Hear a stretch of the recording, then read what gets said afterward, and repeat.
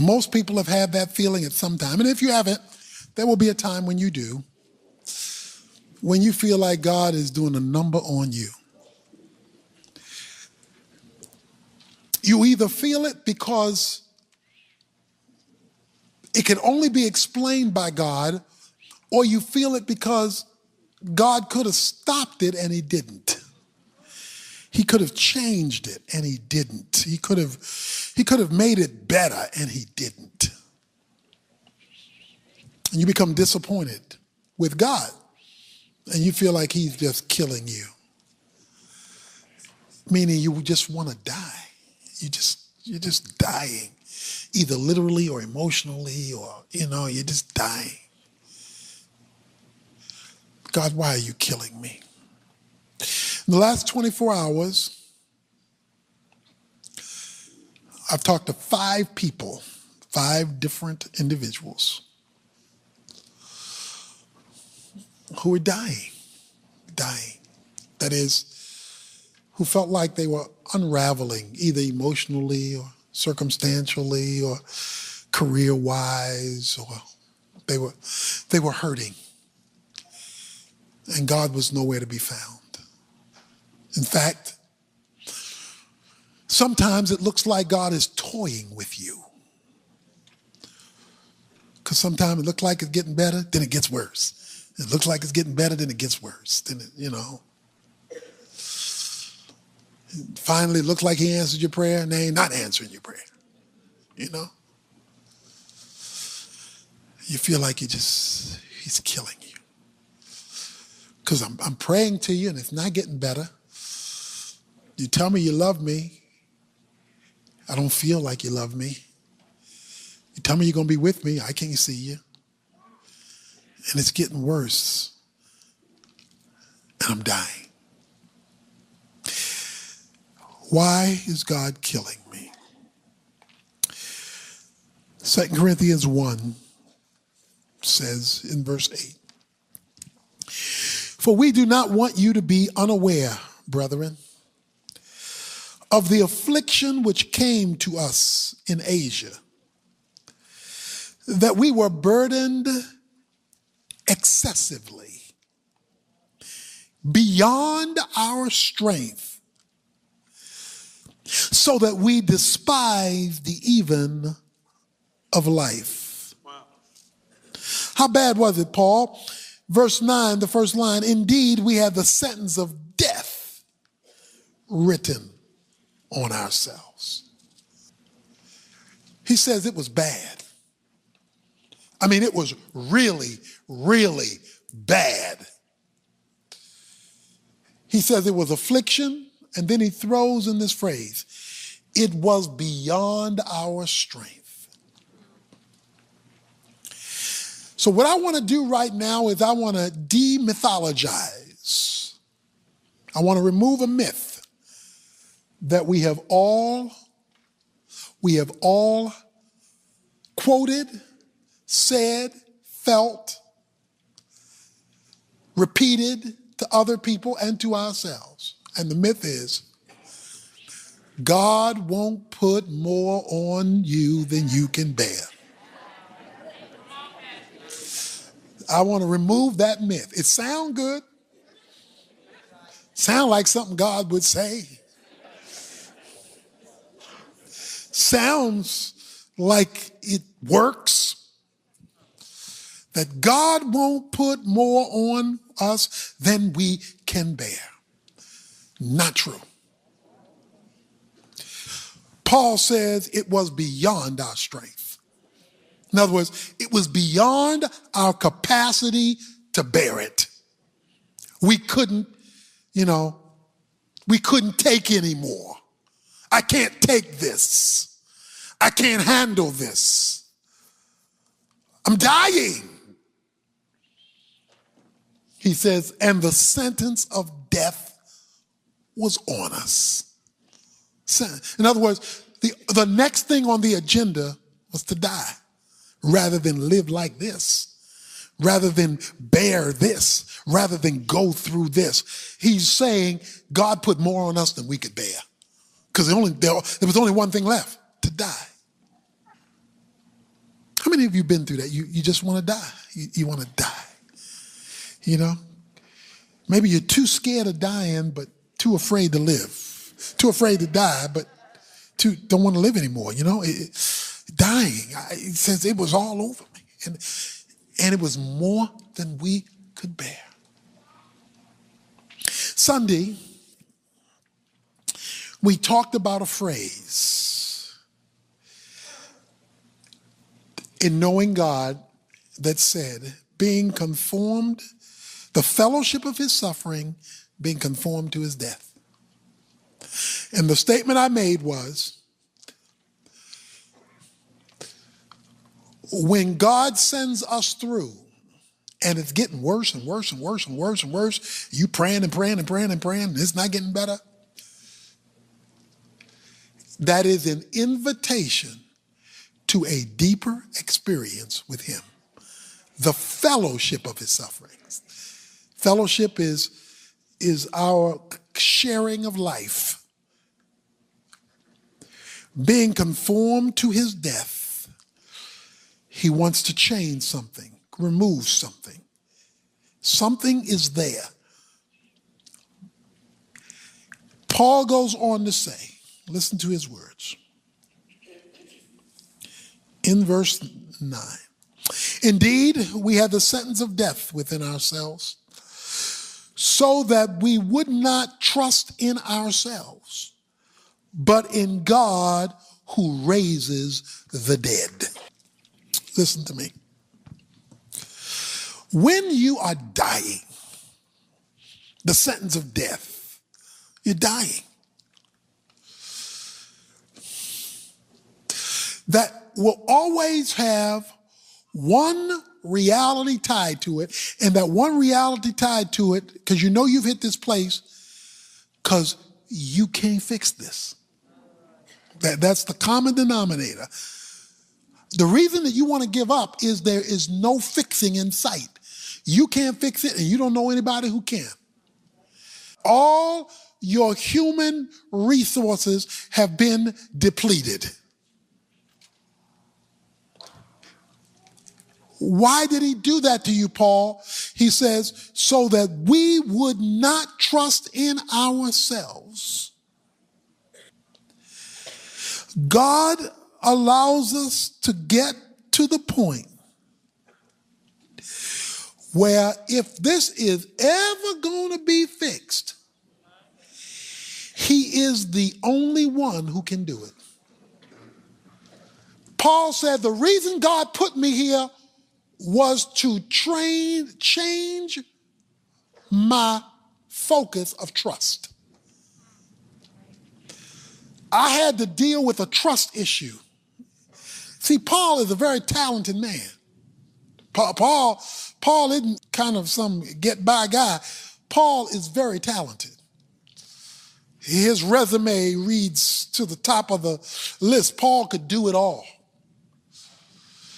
So to take Paul deeper in faith, he had to put him in a situation he could not fix, that his resume could not handle, that his abilities could not change, so that he would learn to trust God. So to force him to a deeper faith level, he put him in a situation he couldn't handle, beyond his strength. He couldn't deal with it because he was driving him to a deeper level of experience with him. The word we use for this is brokenness. Brokenness is simply when God strips us of our self-sufficiency. When God removes our tendency to depend upon ourselves. The problem is not using our abilities or using our gifts or using our talents or using our contacts. God puts those things there for us to utilize in his purposes. But when he sees that we have relied on those, we trust in the horses the Old Testament talks about, and the bows and the arrows. We don't just use them. We bank on them. So that Even if we don't pray, we know we got this ace in the hole. Even if we don't look to God, we know we got this thing over here we can go to in case God don't work. If God is trying to take us to this deeper experience, then he literally puts you in an I can't situation. I can't handle it. I can't take it. I'm going to crack under this. But in God who raises the dead, God who raises the dead. It takes an awful lot of power to raise something dead. You got to have a little something, so you got to have some juice to raise the dead, okay? One thing you know, if something was dead that got up, whatever got it up got a little something going on. Because it takes some juice to raise the dead. One of our problems with God is we've never seen him raise the dead. We have never seen, so many Christians have never seen God take a hopeless situation and flip it. Because it's in those times when he takes something that's hopeless and you see no way, no how, and he flips that God has now become real to you at a level that he was not before. Like Job, it's easy to say, I've heard about him with the hearing of the ear. That's easy. You can do that every Sunday, every Wednesday. Hear about him with the hearing of the ear.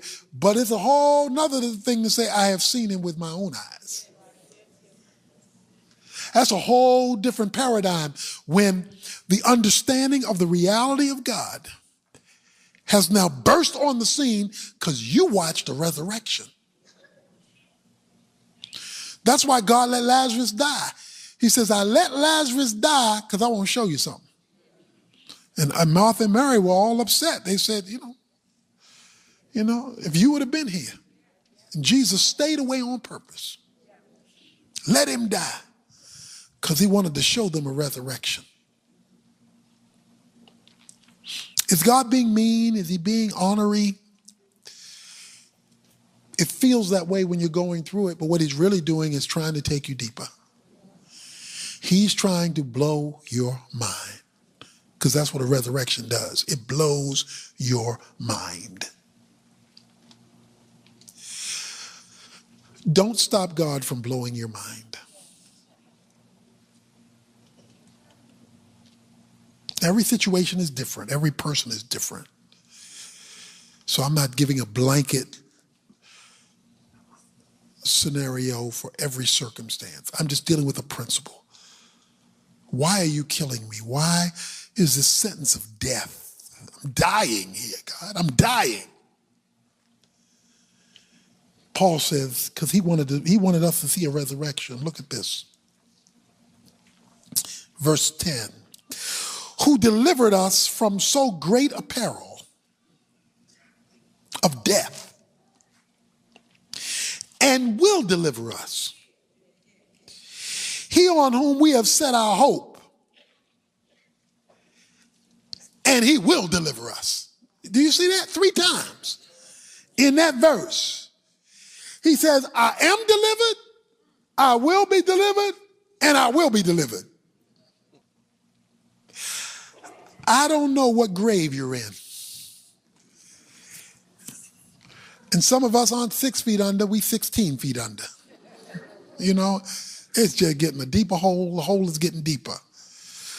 And you have done everything you know to do. It's one thing if you haven't done what you're supposed to do, what God tells you to do, but you've done that. In fact, you're tired of doing that.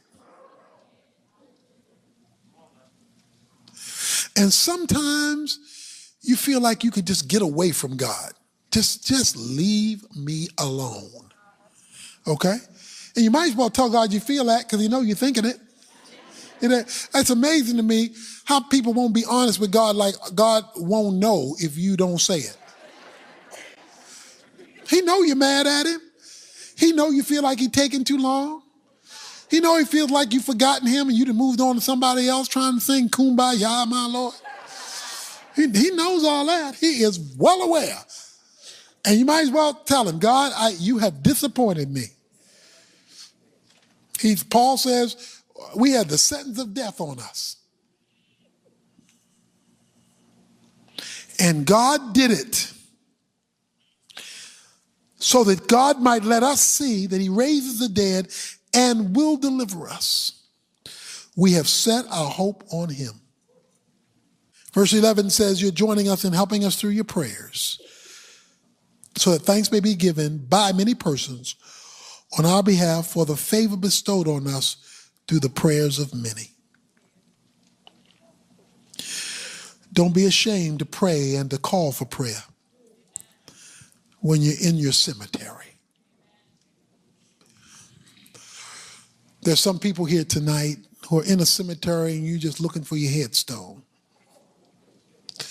You're looking for where they've dug the hole. You don't even need a casket. You're just ready to fall in there because you're tired. I didn't know we would begin our service the way we did tonight, but I think if Paul was here, he would tell you, when I was going through that time, my story wasn't over. Because I was ready. I thought death was the next thing. But that wasn't the end of my story. God delivered. There were some more chapters to be written. Don't give up on God. I know you want to sometimes. And there are very few people who don't go through this valley. There's not too many people who don't go through this valley where it looks like God is gone. Job said, I looked north and couldn't find you. He said, I looked south and couldn't find you. I looked east and couldn't find you. I looked west and could not find you. But then Job went on to say, but when you're finished with me, I will come forth as pure gold. So I want you to tell God in your time with him this week how you feel. I want you to be raw. If you're in this situation, this is not a time for theological platitudes where you don't even know what you're saying. Because you're speaking in, this highfalutin language. No, this is time to get raw. I mean, God, you killing me. One of the 5 told me yesterday, they said, if this is God, this is God trying to teach me or break me. If this is God, he's killing me.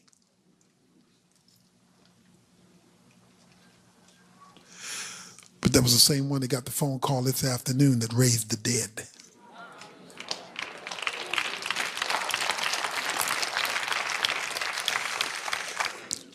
Don't give up. I know you're tired. I know you're hurting. I know you're crying. I know you're suffering. And I know sometimes he is hard to find. But remember, when God...